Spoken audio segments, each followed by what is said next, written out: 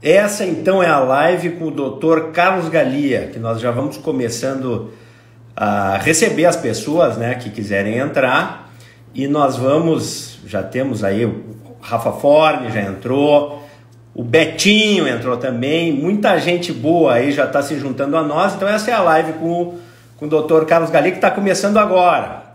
Essa live vai ser muito especial para mim. Assim que ele entrar, eu chamo e puxo ele, que é uma pessoa, para mim, muito especial, né?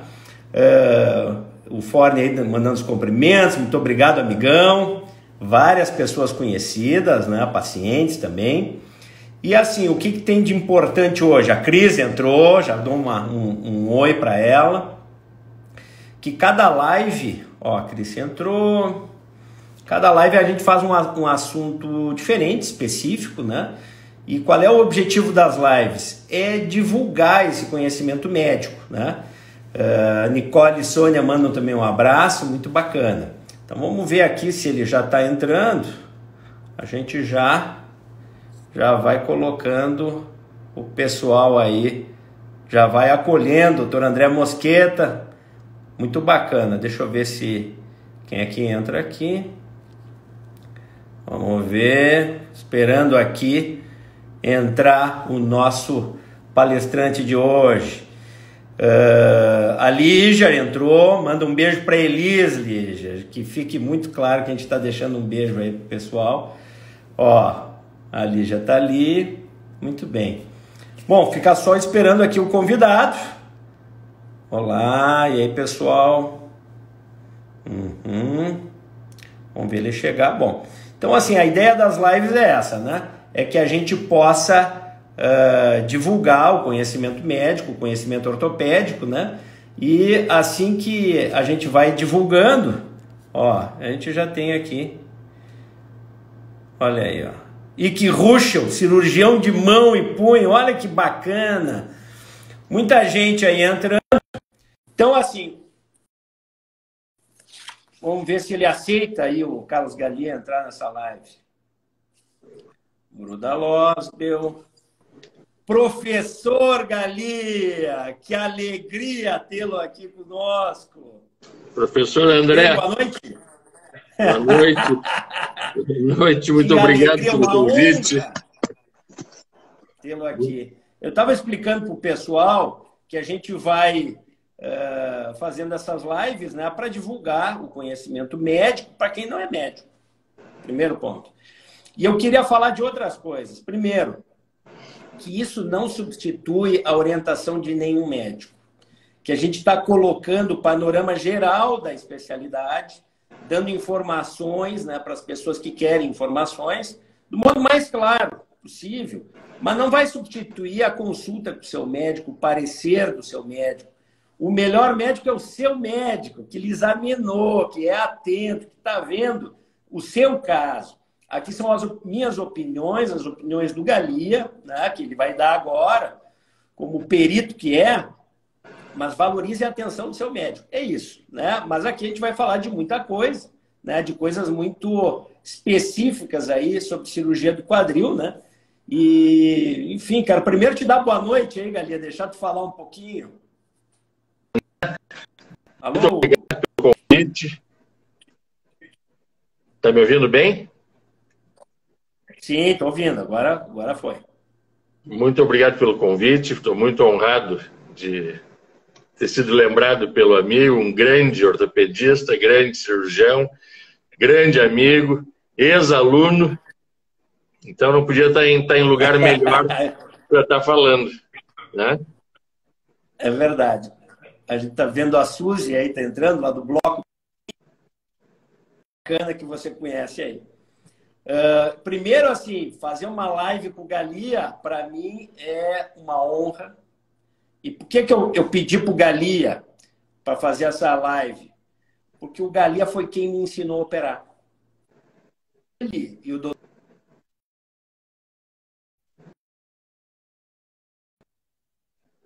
me ensinando o exato começo. Como é que eu opero, como é que eu uso uma fratura. Mas para cirurgia propriamente do quadril, né? está meio trancado, mas acho que nós... Aí eu não sei se sou eu, se é o Galia. E aí, pessoal, estão conseguindo... E aí, pessoal? Vocês conseguem ver o Galia? Não conseguem? Ó, a Irena Iscariote, minha amiga de Caxias, está sempre aí. Bom, enfim, nós vamos tratar de muita coisa sobre cirurgia do quadril. A gente tem várias perguntas. A gente já elaborou uma pauta para falar com vocês, né? E aí, Galia?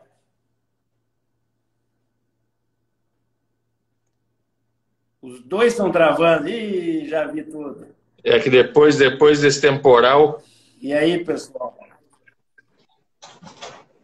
É, né? Depois desse temporal, a gente se arriscou a fazer uma live, né? Se arriscou a fazer uma live. Acho que vai dar. É, bom, né? Isso aí, né? Como é que tu diz, né? Mar, como é que é? É na tempestade que se conhece o marinheiro, né? É isso então, aí. Vamos tentar navegar nesses dias turbulentos. Me conta o seguinte, Galia. Primeiro, onde é o quadril? Que as pessoas, às vezes, confundem cintura com quadril. Onde é o quadril? É verdade. Isso é uma grande dificuldade, né? Porque no meu consultório eu só atendo quadril. E as secretárias são treinadas para perguntar sempre ao paciente se o problema é no quadril. E muito paciente chega, e a dor não é no quadril, é na coluna lombar, é na cintura. E eu atribuo um pouco isso à nossa proximidade aqui do Uruguai e da Argentina, onde se chama o quadril de cadeira, né? Então, a dor nas cadeiras, como muitos dizem, é talvez uma herança da nossa proximidade com a língua espanhola, mas as cadeiras geralmente são a coluna. O quadril é a articulação coxo-femoral, é onde o fêmur se encaixa com a pelve. Vou até mostrar, ó. Vamos ver se aparece aqui, ó. Exatamente. Aqui, ó. Essa articulação. Exatamente. Já vim preparado. Ó, o fêmur aqui onde entra na bacia. Essa parte da bacia onde se encaixa recebe o nome de acetábulo, aliás, né? Que quer dizer pequeno cálice, né? Ó, o Nelson Fialho está dizendo aqui que o Galia é um mito. Eu concordo plenamente. O cara que me ensinou a operar só O pode Nelson Fialho é um grande amigo, grande paciente. Propaganda certo, Nelson. Abraço, Nelson.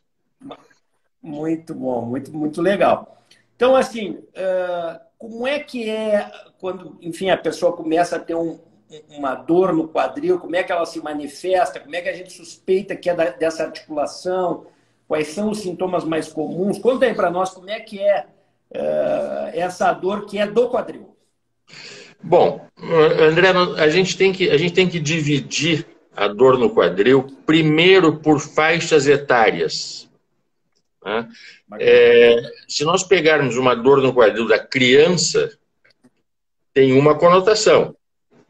Né? Aquela dor que a criança não sabe identificar, que ela diz que dói a perna, mas ela às vezes não consegue caminhar, e a gente pode estar diante de uma sinovite, que é um processo inflamatório da articulação, pode estar diante de um leg perds, que é uma necrose da cabeça do fêmur, e pode estar diante de uma artrite séptica.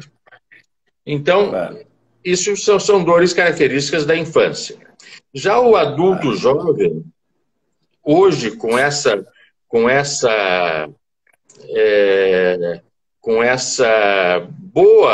bom hábito da atividade física, eventualmente esse hábito se excede.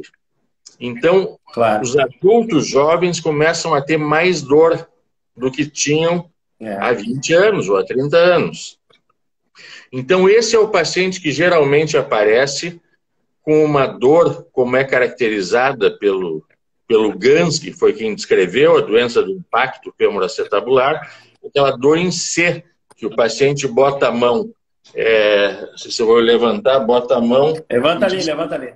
E diz que dói aqui, entre a virilha e a nádega.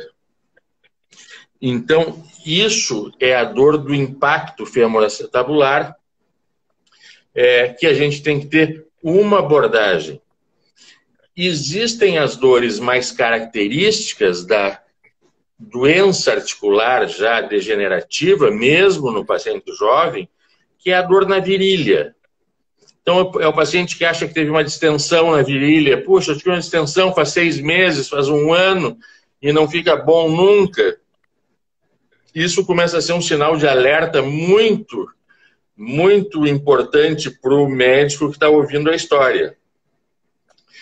Me perguntaram assim, a artrose no quadril causa dor na virilha quando fica muito tempo sentado? Bom, a gente tem que pensar o seguinte, que a artrose ela causa dor em diferentes situações. Muitas vezes quando fica sentado, muitas vezes quando caminha, muitas vezes à noite o paciente dorme de lado e fica com a perna um pouco encolhida e acorda com dor ou amanhece com dor. Mas se nós fôssemos falar tipicamente a dor do paciente jovem sentado no quadril, na virilha, é uma dor de impacto femoroacetabular, talvez não de artrose ainda. Poderá vir a ser artrose e poderá inclusive ser artrose.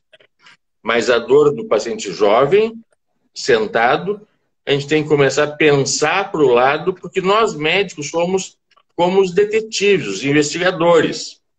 Tu tem a cena do crime, tu tem os componentes que envolveram e tu vai juntando as peças. Claro que nós temos doenças limitadas e nós, especialistas, vamos cada vez mais. Então, o Galia faz quadril e só quadril. E tu começa, meio que quando tu ouve a história, tu já sabe. Se tu vê o paciente entrar caminhando no consultório, tu já sabe mais ou menos o que ele tem.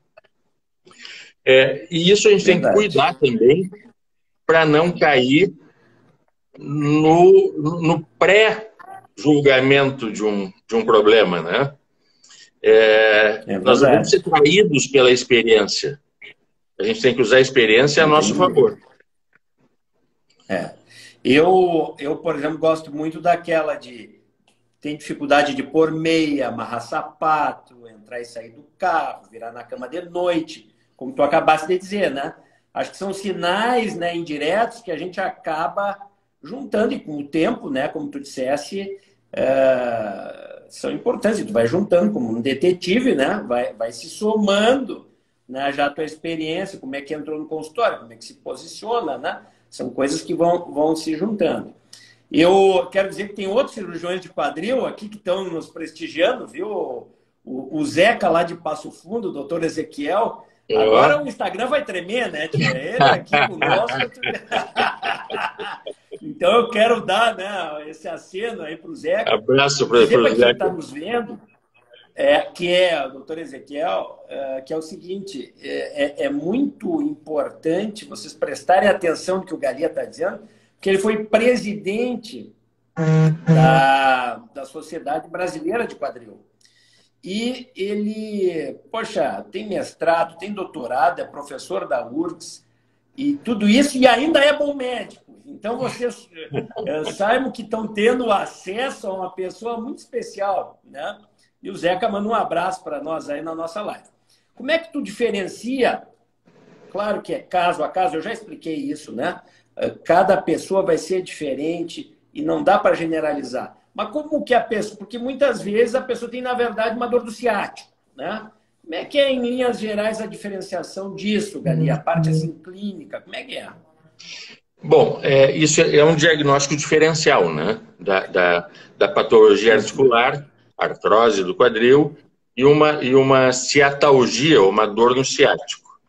Geralmente, as dores no ciático, elas são mais posteriores, ou ali vem pela nádega, posterior da coxa, face lateral da perna e vai até o pé.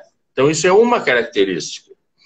Outra característica, ela tem uma intensidade mais forte, ela é mais intensa que a dor da artrose, agudamente mais intensa. Era um paciente que estava bem e, de repente, começou com uma dor que pode começar até mais leve, mas em poucos dias essa dor se intensifica muito.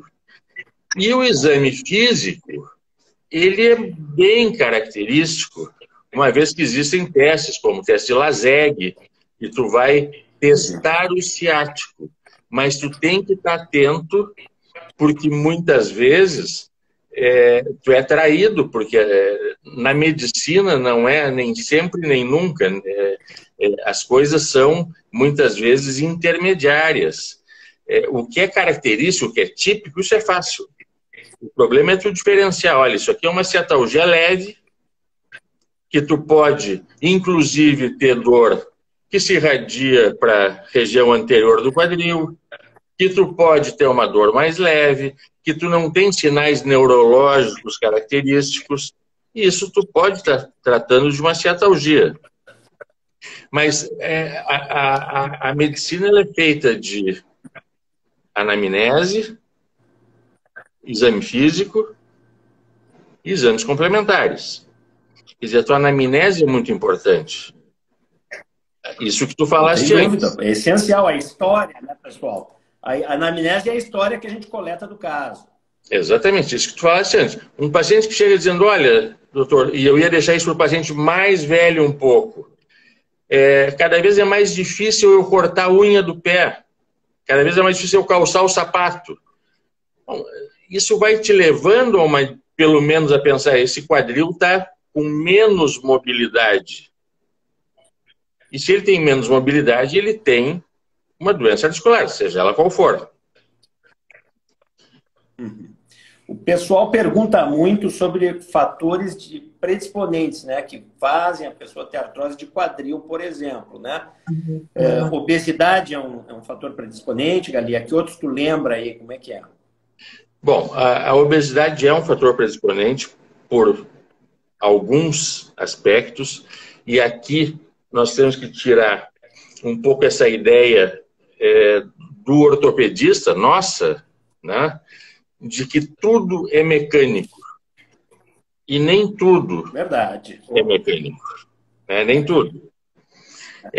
Nós concebemos uma radiografia, uma ressonância, uma tomografia ideal, que ela só existe na nossa cabeça. Quer dizer, aquela anatomia ideal de um quadril, da mecânica, que existe na nossa cabeça.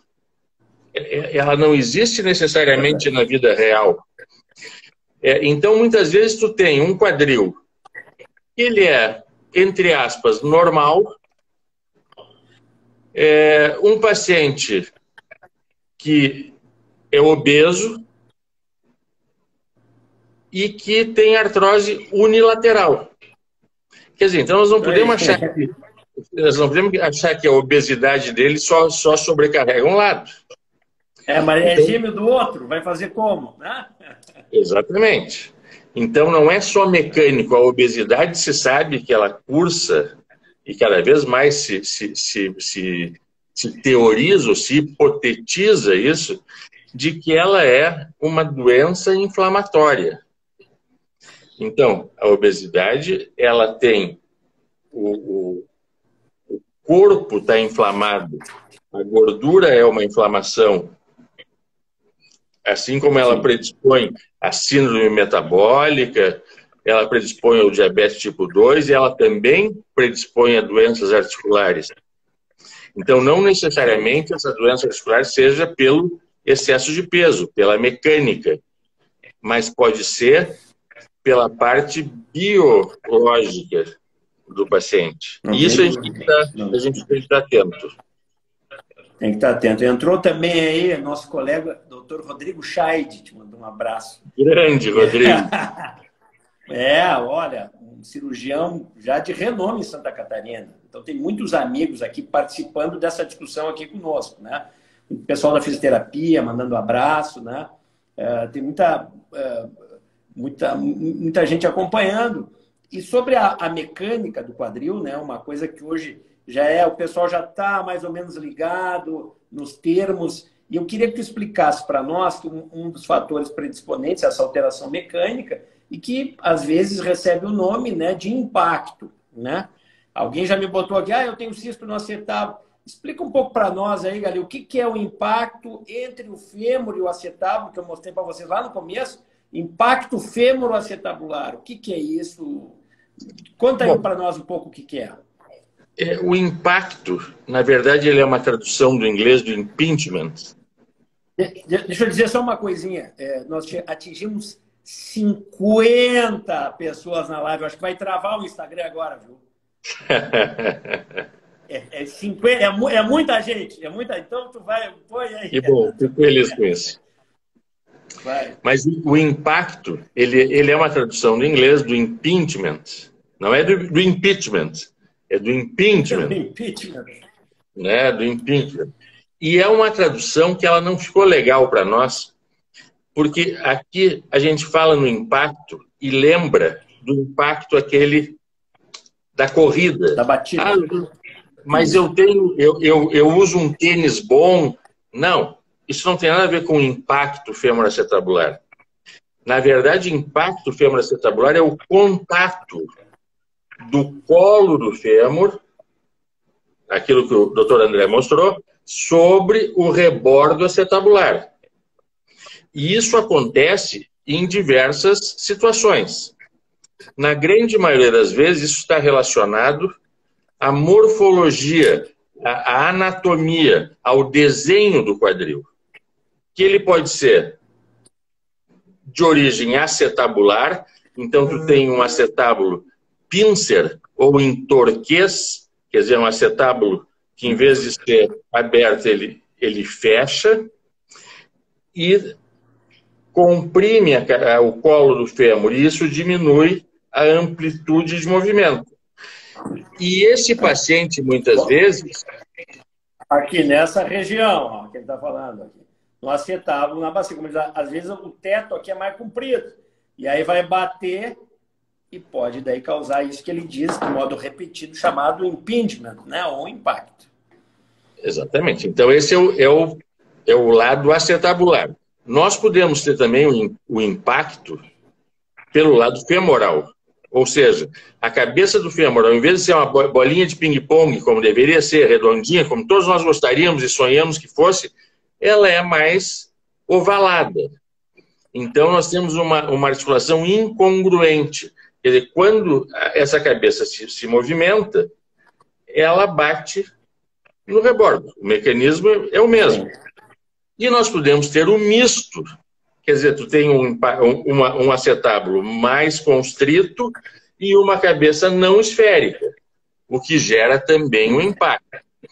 Bom, e nós podemos, ainda numa terceira via, ter a hipermobilidade. Quer dizer, tu tem tudo normal, tu tem acetábulo normal, fêmur normal, mas é aquela pessoa hipermóvel. É o que a gente brinca, é a mulher de circo, aquela que se dobrava e entrava numa gaveta. Então, quando tu faz movimentos suprafisiológicos, quer dizer, acima do normal, o colo do fêmur vai fazer e vai bater. Bom, mas a concepção que eu tenho do impacto, isso é bom deixar muito claro, existem algumas linhas no impacto fêmur-acetabular.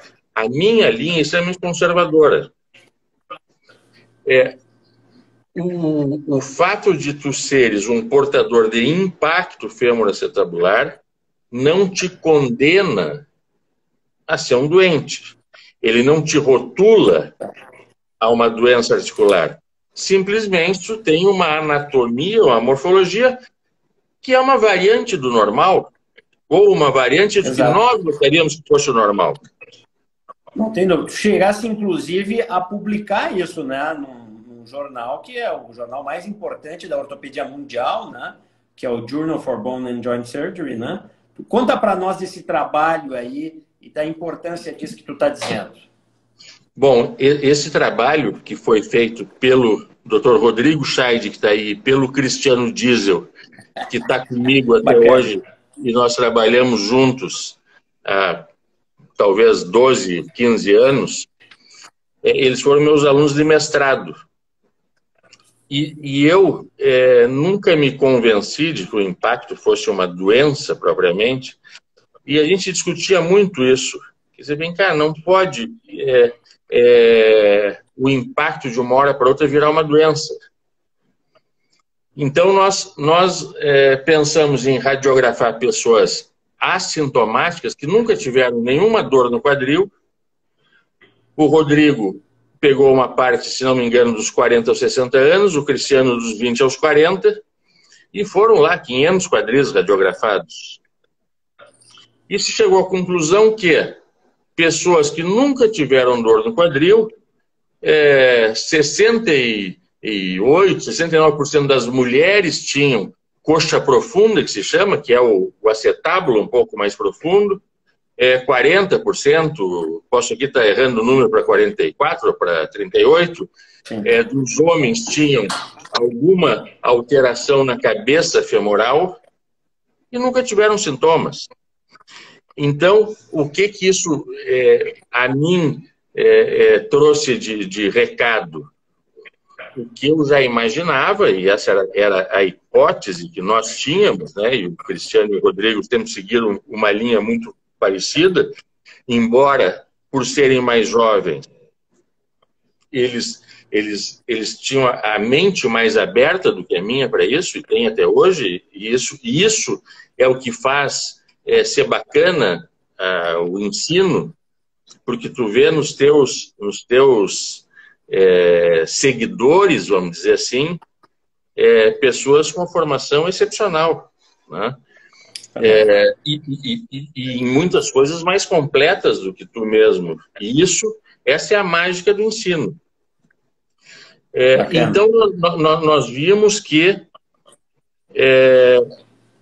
o impacto femoroacetabular era nada mais do que uma alteração ou uma variação da normalidade. Ponto. Quer dizer, a normalidade que nós julgamos o ideal e que há algumas alterações. É como tu vê uma mulher bonita, um homem bonito. Quer dizer, isso é como tu, na tua cabeça, julga a beleza. Eu assim, para quem está nos assistindo, e quem vai assistir depois, né, porque você vai ficar gravado, fiz o canal da artrose para deixar essas lives gravadas, isso é precioso para quem, por exemplo, tem um cisto no acetábulo, tem uma alteração que se julga impacto, tem a cabeça do fêmur mais alta, não quer dizer necessariamente que você vai desenvolver artrose.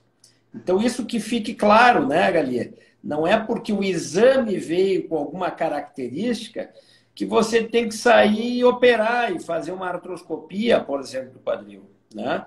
Então, acho que é muito em função disso, para tranquilizar as pessoas, né, que às vezes tem um quadril com uma alteração, às vezes pequena ou às vezes até maior, que de repente começou a ter sintoma e que necessariamente isso aí vai ser a derrocada e vai ser uma sucessão de eventos negativos que vai acabar numa prótese. Não quer dizer, né? E isso mostra esse trabalho notável aí que o Galia falou com seus coautores, né?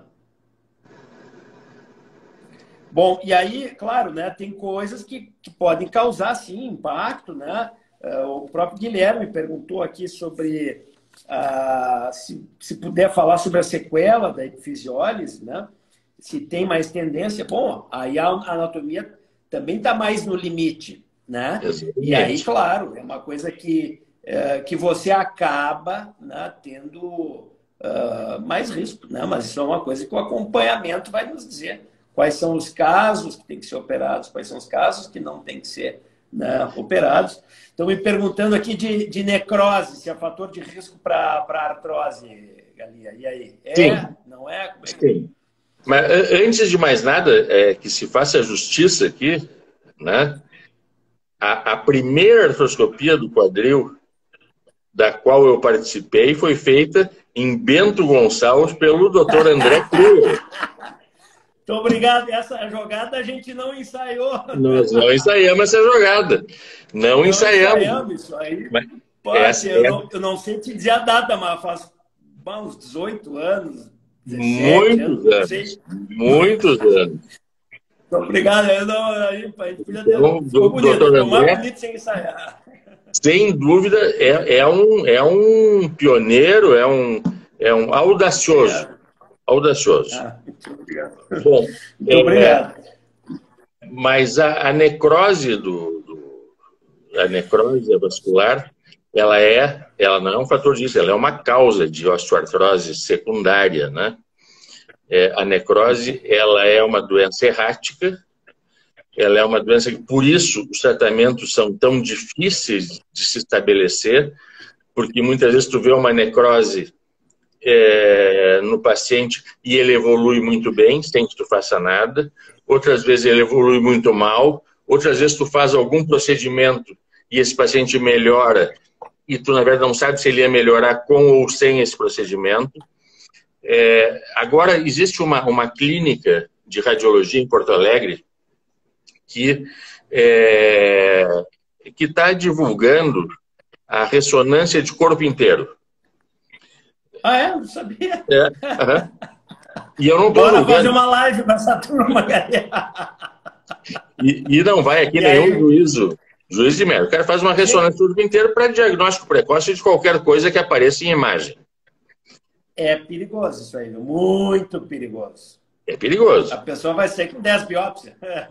Olha, eu tenho atendido com muita frequência pacientes com necrose da cabeça do fêmur que nunca tiveram sintoma e não sabiam que tinham.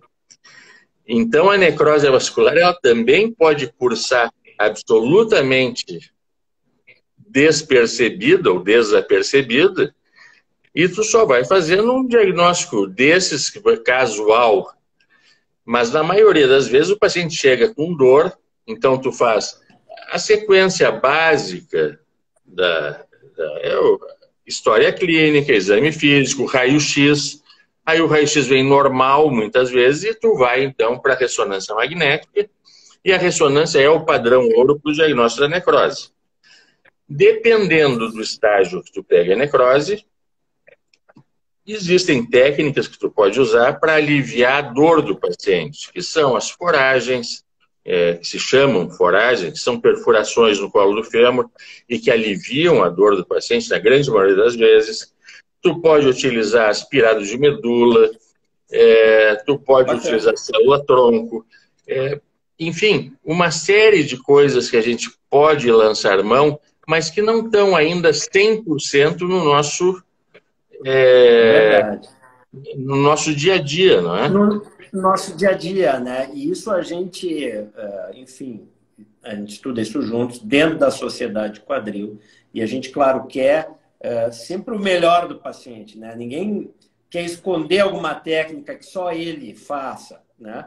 A gente quer trazer as boas técnicas para que todos os cirurgiões de quadril do país possam propor aos seus pacientes. Então, muita hora nessa calma, né? Muita calma nessa hora de ter, né? Então, por isso, o papo com o paciente, ainda mais que tem necrose, tem que ser um papo muito honesto, né? Das possibilidades que a gente tem, né? E já me perguntaram aqui, e a Wanda já tinha me perguntado, e o Juliano também perguntou, se tem influência genética a artrose de quadril, né? Tem. Tem, galera? Tem. Primeiro, tem uma predisposição familiar. Ó, minha sogra está nos ouvindo agora, viu? Então, vê bem o que tu vai dizer aí. Opa! Um abraço para ela. Tem uma predisposição familiar. Então, quem tem lá pai, mãe com artrose tem uma chance um pouco maior. E existe já genes estabelecidos da osteoartrose. Quer dizer, então, já existe no mapeamento genético genes da osteoartrose. Só a gente não sabe bem o que fazer com eles ainda. Muito possivelmente, em algum momento, vai se poder usar as terapias gênicas, enfim, mas não se sabe bem o que fazer. Mas existe um componente genético, isso é determinado, não é nenhuma hipótese. Já está claro, né? E a própria displasia de quadril, né, que é uma forma do quadril mais raso, vamos dizer, também tem uma clara influência genética ou familiar, né? Vamos colocar assim, né? E aí sim... Me perguntaram até... Vai lá. Não, e na displasia, aí sim, nós temos um componente mecânico claro e uma história clara. Um paciente com displasia do quadril, geralmente o sexo feminino, geralmente, na maioria das vezes, o quadril esquerdo, começa a ter dor aos 30 e poucos anos, tu pode administrar essa dor, mas bateu os 50 anos, essa dor vai começar a incomodar e esse paciente esse sim é um candidato à prótese. Então, a displasia do quadril tem uma história mecânica. É verdade. Se os jovens podem apresentar artrose, ele já descreveu, acabou de descrever como é que é a evolução típica na mulher que tem displasia e acaba tendo mesmo jovem, né? Perguntaram para mim o seguinte, ó, se o joanete pode prejudicar a artrose no quadril ou se pode causar, enfim. Qual é a tua opinião? Olha, André, sabe que tem coisas que eu costumo dizer no consultório, que os fisioterapeutas sabem mais do que nós. Ó, os fisioterapeutas aí vão... É verdade. Dia, ó, vocês, tem coisas... Vocês repostem aí o nosso encontro e dêem um joinha no canal da Artrose lá, viu? E aí, vai lá. Tem coisas da mecânica e da biomecânica da marcha que obviamente, os bons fisioterapeutas, eles conseguem fazer uma análise muito boa. Eu, particularmente, não vejo essa correlação de um joanete com a osteoartrose. Não vejo. Agora, eu não sei se uma marcha por longo período, claudicante, onde há um desequilíbrio, ou traga um desequilíbrio para a musculatura estabilizadora do quadril, eu não sei dizer isso. Realmente não sei. É verdade. Por isso, eu gosto de trabalhar muito junto do fisioterapeuta, né? Aqui eu não tenho, já disse, não tenho uma fisioterapeuta que trabalha comigo, que a Samanta faz termografia para mim, mas ela não reabilita todo mundo, reabilita um que o outro. Então a gente tem uma equipe muito boa de fisioterapeutas aqui em Bento Gonçalves, a gente vai, né, trocando figurinha, né? E eu acho que isso que tu falou é essencial. Eu sou fã da reabilitação e eu acho que o fisioterapeuta é muito bom nisso, em reabilitar, em avaliar a marcha e tudo, né? E a gente, claro, faz a nossa parte de médico, de cirurgião, no diagnóstico e no tratamento também. E a Fernanda Marcon aqui lembrou do educador físico, né? Do personal também, que eu acho que também é decisivo. Qual é a tua opinião aí sobre o personal, se ele ajuda nas reabilitações? Como é que é? Quando é que você pede ajuda para esses profissionais, hein, Galinha? Bom, eu sempre pensei de uma forma isso, André. Sempre não. De um bom tempo mas cá, evoluiu. Sim, de um bom tempo para cá. Porque no nosso meio, a fisioterapia ela era fraca dentro da nossa universidade. Não havia fisioterapia. Então, a gente tinha dificuldade de ter pessoas com formação.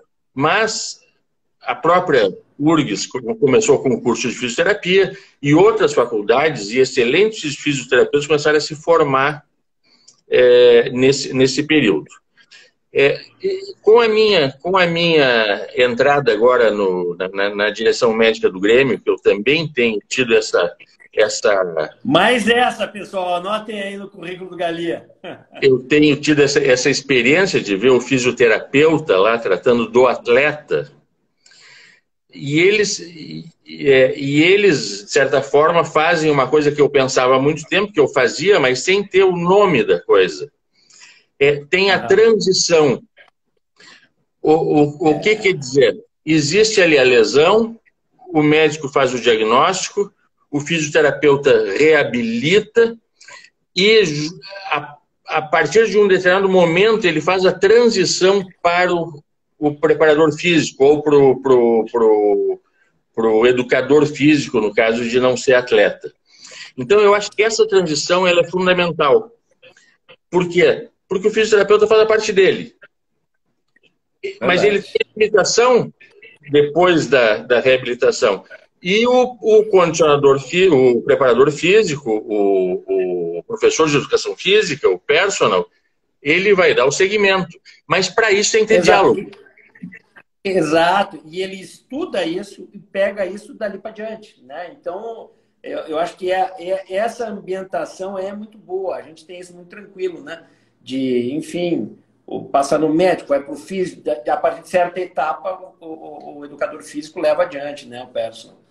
Perguntaram se a bursite pode virar artrose. Uma paciente nossa de seus 20 e poucos anos atrás, quando eu estava no clínicas ainda, né? Disse que fez muito fisioterapia e se tem o diagnóstico de bursite, se pode se tornar uma artrose. O que tu diz aí, Gabriel? Não. Não, a bursite é a nossa cruz no consultório, né? Não, mas não é a cruz. Nós vamos ver uma live sobre bursite, que eu tenho descoberto cada coisa boa para bursite, tipo onda de choque e outras coisas. Não, mas eu estou dizendo do meu consultório, não do teu. Ah, porque tu, eu sei que tem a tua forma diferenciada de tratar, né? Sim. Mas a bursite, ela é uma bursite. E ela acontece muitas vezes por fatores mecânicos. Aquele paciente que tem, a mulher, sobretudo o quadril mais largo, que tem um quadril mais varo. Né? Que foi uma pergunta aqui, se pode virar artrose, enfim, mas a bursite sim, ela tem relação com isso. Mas aí tem uma relação mecânica, mas a bursite ela não vai virar artrose. O que pode muitas vezes, e isso eu tenho muito cuidado no consultório, o exame físico é muito importante, é uma artrose se apresentar como uma bursite. Quer dizer, o paciente já tem... Exato. E aí a claudicação, ou seja, o jeito diferente de caminhar, gera também uma bursite, e aí a bursite vem depois, mas não que ela vá causar artrose aí, né, pessoal? Não. Bom, assim, sobre reabilitação, eu só vou te perguntar mais uma coisa, porque eu acho que nós temos um assunto para 10 lives. E aí a chamada era cirurgia de quadril e nós temos 20 minutos só para falar sobre qual é o melhor exercício para a artrose do quadril, Galia, na tua opinião. Tu diz exercício do dia a dia? Acho que a pessoa já tem uma artrose inicial, né, e quer se manter, ou fazer alguma prevenção, ou já tem algum dano. Sim. Qual é o exercício que tu libera, que tu recomenda, que é possível? Bom, primeiro, o reforço da musculatura estabilizadora do quadril. Isso aí é muito importante. Adutores, abdutores. Isso é uma coisa que realmente, numa artrose inicial, vai ajudar bastante o paciente. Depois, tem tem alguns artigos publicados de 2012, 2013 para cá, mostrando que a caminhada e até uma corrida leve, não estou falando de maratona, uma corridinha leve, elas não fazem mal para a artrose e podem ter até um efeito protetor para a cartilagem. Então, um movimento de caminhada, uma corridinha, uma bicicleta, o reforço muscular, eles podem fazer bem para o quadril artrósico com moderação. Não dá, se tu tem uma artrose, não dá para tu te tornar atleta, porque tu vai estragar a articulação mais precocemente. Eu deixo como opção a natação, o pilates, né? A bici, eu sou fã. Acho que é por aí que a gente deve fazer. O pessoal já está dizendo, o pessoal da corrida, correr faz bem. Claro que faz. A gente só está dando o detalhe do quadril, né? Que já tem artrose, né? E como eu disse, cada caso ele tem que ser analisado especificamente, né? Bom, agora nós vamos entrar um pouquinho na cirurgia, porque nós temos aí 17, 18 minutos, né? E a chamada foi para a cirurgia, então nós vamos ter que falar de cirurgia também, né? Qual é o caso que vai à cirurgia? E me perguntaram também, já para liquidar mais essa questão, na terceira idade, fazer ou não fazer cirurgia? Então, qual é o caso que vai? Qual é a idade? Qual o caso que deve ir à cirurgia, Galia? Bom, vamos partir do princípio que a osteoartrose, quando dolorosa, ela é cirúrgica. E hoje, a cirurgia da osteoartrose é a prótese. Não tem mais. Sobre a prótese, vale lembrar, prótese de quadril, eu estou falando, né, pessoal? Teve aquele artigo do Lancet, de alguns anos atrás, o polêmico Lancet, né, agora, mas que falou que é a melhor cirurgia da história da cirurgia. Não tem uma cirurgia eletiva, né? Não estou falando das cirurgias de urgência, né? Apendicite, claro que é uma ótima cirurgia, apendicite, mas as cirurgias, de todas as cirurgias, incluindo abdominais ou quaisquer, é a cirurgia com o melhor resultado na história da cirurgia. Então, é uma coisa fantástica. Quero só saudar aqui a minha esposa, que também assiste a minhas lives, tua afilhada de casamento aí, né, Galinha? Minha afilhada, minha afilhada. Exato. E aí, fala da cirurgia que eu te interrompi. Que cirurgia é essa? Como é que é? Bom, então, a cirurgia, André, uma vez que seja bem indicada, não tem idade. Eu já fiz prótese em paciente de 17 anos. E já fiz prótese em paciente de 98 anos. Bom, o meu limite foi 94. O meu é 98. Por artrose, não por fratura. Por fratura primária, exato. Por fratura já foi a 105. Então, se for bem indicada, porque tu não pode, sob nenhuma hipótese, e nenhum paciente quer sofrer. E a artrose, ela dói muito. Então, tu vê aquele paciente que chega no consultório, tem pacientes que têm medo, o que é normal, eu também teria. E na primeira consulta, o paciente diz, não, operar nem pensar. Tudo bem. A artrose, o paciente vai determinar o momento da cirurgia. Mas esse paciente volta, porque daqui um mês, 2, 3, 6, ele diz, doutor, eu estou com muita dor. Chegou. Como é mesmo aquela conversa da cirurgia? É verdade. Por isso que eu tenho, tu sabe, né, da minha busca de procurar alternativas para esse paciente que ainda não quer operar. E aí, no meu caso, poxa, eu fazemos radiofrequência, fazemos ácido hialurônico, fazemos todas as possibilidades éticas e descritas na literatura médica que podem ajudar, né? Então, por isso que esse paciente me preocupa muito, né? Porque ele já chega negando a cirurgia. Pô, eu acho que tem essa alternativa, aquela outra. Mas, realmente, tem casos que você já vê de cara, que dói demais, a limitação é muito grande, que você vai dizer, bom, bora operar, né? Vamos operar. E, enfim, a cirurgia de prótese, conta o que é uma prótese, como é que é a cirurgia. Vamos lá, galera. Bom, uma prótese, como tu já falaste muito bem, a prótese de quadril é a melhor cirurgia que existe, com os melhores resultados funcionais que existem. E em 98% das vezes ela dá certo, mas isso não quer dizer que 98% dos pacientes fiquem satisfeitos. Quer dizer que ela deu certo, mas nós vamos falar aí de 92% dos pacientes que ficam muito satisfeitos, né? E esse paciente que fica muito satisfeito é o paciente que esquece da prótese. Ele passa, eu sempre digo que tem marcos, passa um mês do pós-operatório, ele está muito bem, 3 meses ele está muito bem, 6 meses ele esqueceu da prótese. E tu tem, às vezes, que ficar marcando, olha, tem que fazer revisões anuais, ou a cada 2 anos, no máximo, porque a gente esquece, a gente sabe, o tempo passa e esquece. Mas a prótese, existe aqui, isso são coisas que eu gasto muito tempo no consultório explicando, existem muitos tipos de prótese. E eu não vou falar... Vamos evoluir por aí. E eu não vou falar de todos os tipos de prótese, nós ia ter que fazer um curso. Um simpósio. Mas vamos falar fundamentalmente das próteses cimentadas e não cimentadas.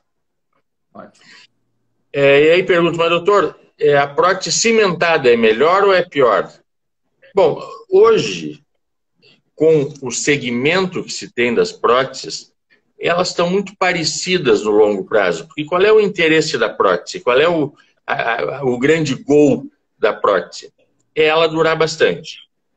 Quer dizer, não adianta tu fazer uma prótese que dure 2 anos. Não. Ela tem que durar 20. Quanto tempo dura uma prótese e quanto tempo dura uma prótese no jovem? Bom, essa pergunta ela é bem relativa. Mas eu costumo falar que a prótese tem que durar 15 anos. Hoje, já dá para falar que dura 20. E ela pode durar mais. Mas a gente tem que ficar aí dos 15 aos 20 anos. Eu acho que é uma boa perspectiva que tu dá para o paciente. E aí, tanto faz se a prótese é cimentada ou não cimentada. O que importa é assim, qual é a prótese que tu sabe fazer melhor? Olha, eu faço prótese... se a gente for falar do Dr. Emerson Honda, nosso grande mestre, um nome Santa Casa de São Paulo. O Emerson Honda é da Santa Casa de São Paulo, do Hospital Oswaldo Cruz, em São Paulo. O Emerson, até hoje, faz próteses cimentadas ou híbridas. E ele é muito claro, ele faz a prótese porque ele sabe que na mão dele uma prótese dessas vai durar 20 ou 30 anos. Ponto, não se fala mais nisso. Mas nem todos conseguem reproduzir os resultados do Dr. Emerson. Assim como talvez o Dr. Emerson não consiga reproduzir os nossos resultados na prótese não cimentada hoje. Então, a questão do cimentado ou não cimentado é uma opção do cirurgião. O paciente tem que saber o seguinte, tanto faz, se ele fizer bem, eu quero que ele escolha a prótese. Aí nós saímos da cimentada e não cimentada, esses são questionamentos de todo dia do consultório. Ah, mas eu quero uma prótese de porcelana, que para nós é a cerâmica. Cerâmica. Bom, a cerâmica, ela pode fazer um par com o polietileno crosslink, que é um polietileno endurecido, e que se sabe hoje que tem resultados muito favoráveis. Então, tu pode usar cerâmica na cabeça do fêmur e o acetábulo cross-linkado, que é o melhor polietileno do momento. Que dá ótimos resultados, e eu preciso dizer que fui visitar um colega, cirurgião notório, um dos grandes cirurgiões do mundo, aí, que é o Parvise, né, lá na Filadélfia, e ele dizia para os pacientes que a prótese ia durar 30 anos ou mais, dizia livremente para os pacientes. Eu fico sempre com o pé atrás, porque eu não vi isso acontecer, né? Então, o dia que eu tranquilamente estiver acompanhando todos os resultados com 30 anos, aí eu vou ficar tranquilo de dizer, né, para o paciente. Né? Eu também. Eu acho que a gente sempre tem que ter muito cuidado com o que vai dizer, porque como tu disseste, é uma curva de sobrevida, né? Todo mundo arranca com 100% e vai ter 0,1%, vai cair com 2 anos, né? E a maioria vai até 15%, e vários aos 20%. Agora, você prometer no consultório que vai durar 30%, não. É um problema, né? Então, isso aí, eu quero só mandar um beijo aqui para mim, que estava de aniversário ontem, fisioterapeuta da cidade, a Renata Bavaresco, ali de Veranópolis. Pô, tem muita gente aqui acompanhando, pessoal da clínica e tudo. E, assim, vou te botar numa polêmica, né? Enfim, está aqui também para polemizar sobre 2 polêmicas que eu quero. Primeiro, prótese nacional e prótese importada. Fala um pouquinho sobre isso. Só sobre o que ele vai dizer, assim, por exemplo, a grande maioria de serviços do país usa prótese nacional, porque que atendem pacientes do SUS e são muito bem operados e muito bem tratados. Mas aí eu quero que ele desenrole isso aí para nós um pouquinho. Vamos lá. Bom, a indústria nacional nos últimos anos, ela evoluiu muito. E ela se obrigou a evoluir, porque senão ela ia desaparecer. Então, hoje, o que a gente tem na indústria nacional? Depois de muito se pedir, de muito se brigar, chegaram as cabeças de cerâmica para algumas próteses nacionais. Ótimo. Bom, depois de muito se pedir, chegaram os polietilenos crosslink para as próteses nacionais. Então, hoje, a gente tem próteses nacionais de boa qualidade. O que falta na prótese nacional, na minha opinião? Falta o instrumental, que ainda não conseguiram fazer um instrumental que seja perfeito, o que a prótese... Quando a gente fala em importado e nacional, vamos dizer, uma marca boa importada e uma marca boa nacional, porque também tem porcaria lá fora. Naturalmente. Então, eu acho que ela ainda perde um pouco no instrumental, ainda perde um pouco, e ela perde numa coisa que aí é por ser Brasil e não por ser a empresa ou a indústria nacional, que é o segmento. É isso que me incomoda. O que me incomoda é isso, é que ninguém se preocupa, e a gente fez até um fórum no Conselho Regional de Medicina sobre isso, porque eu não tenho como dizer para o paciente que essa prótese, que nem o Parvise diz lá, vai durar 30, vai durar 20. Isso a gente está tirando de literatura de outras próteses feitas em outros países. A verdade é que eu não sei. E eu não tenho como prometer para o paciente que isso vai acontecer. Isso, até eu, pessoalmente, já tentei entrar em contato com a empresa antes da pandemia. Agora a pandemia liquidou qualquer possibilidade de estudo. Mas, olha, vamos encarar com seriedade e fazer qual é o período. Claro que ninguém quer malhar a prótese nacional, mas precisa ter segmento, né, para a gente poder apontar, né? Precisa. Deixa eu dizer aqui, ó, deixa eu só dar um oi para o Vitor Hugo, hematologista que recebe todos os meus casos de necrose, que eu mando avaliar com ele, e o vereador de Sapucaia, o doutor Jarbas, você conhece? Meu grande amigo. Aí. Grande amigo Jarbas. O Jarbas... Foi meu colega de residência. Teu colega de residência. Vocês foram no mesmo ano? Ou... Não, ele era na minha frente um ano.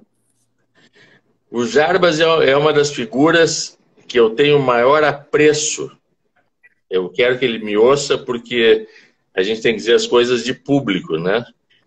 O Jarbas foi um cara que veio de baixo, foi um cara que cursou a URGS, foi um cara que me ajudou muito na época que eu estava treinando a via de acesso ilho-inguinal. Eu tinha chegado de São Paulo e fazia o acesso ilho-inguinal para as fraturas da pelve. E o Jarbas era o cara... Fiz algumas contigo, inclusive naquela época. Fizemos algumas. Foi muito legal. E os Jarbinhas, nós íamos para o necrotério treinar a via de acesso. Então o Jarbas, além de amigo, era um parceiro. E eu fico muito feliz, André. Essas lives tinham que ter 3 horas, não podia ser 1 hora, né? Exato, é 59 minutos, 1 hora, né? Eu fico muito feliz de ver que não me acho tão velho, mas já estou ficando, pelo visto. Está com 49, né? 46. Beleza. Mas de ver que eu tive a oportunidade, eu tive a felicidade de formar pessoas como tu, como Rodrigo Scheid, como Jarbinhas, como Cristiano, como Rosito. É um time assim que é uma seleção. É uma seleção. Não por minha causa, mas eu estava ali junto. Não. Eu estava junto. Por sua causa também. Não, e é como eu digo, a gente vai trazendo as pessoas para lá, as pessoas de que gosta, né? Assim, a gente tem muito pouco mais tempo, né? A gente tem 2 minutos. E eu queria que tu desse uma mensagem para o paciente que tem artrose e precisa ser operado, né? E dá teus comentários finais aí, nós temos 1 minuto e 40. Vamos lá, galera. 1 minuto e 40. Bom, para o paciente que tem artrose, leva tudo que puder sem sofrimento. Não sofra demais pela artrose. Eu acho que tem que não se precipite, mas não sofra demais. A cirurgia da prótese hoje é uma cirurgia extremamente sistematizada. Nós temos, no Rio Grande do Sul, excelentes cirurgiões do quadril. Verdade. Isso é uma coisa que são escolas que se formaram aqui, e a cirurgia do quadril tem excelentes cirurgiões. É uma cirurgia que tem excelentes resultados. Confia no teu médico. O teu médico, de preferência especialista em quadril, ele vai saber como te orientar, como fazer o momento certo, a prótese melhor, e vai ter um grande benefício em se operando. Sempre procure profissionais respeitados, profissionais que tenham histórico. Não compre sonhos, porque não existem. Verdade. Compra o que de fato a gente pode entregar. Isso. Eu acho que é isso. Bom, tenho que te agradecer, André, pela live. Imagina, para mim uma alegria. Eu agora tenho 10 segundos, vai cair. A live vai estar gravada no canal da Artrose. Se vocês quiserem, a gente faz outra live outro dia para esclarecer mais, é só me mandar. E agradeço a ti, meu mestre, que me ensinou a operar.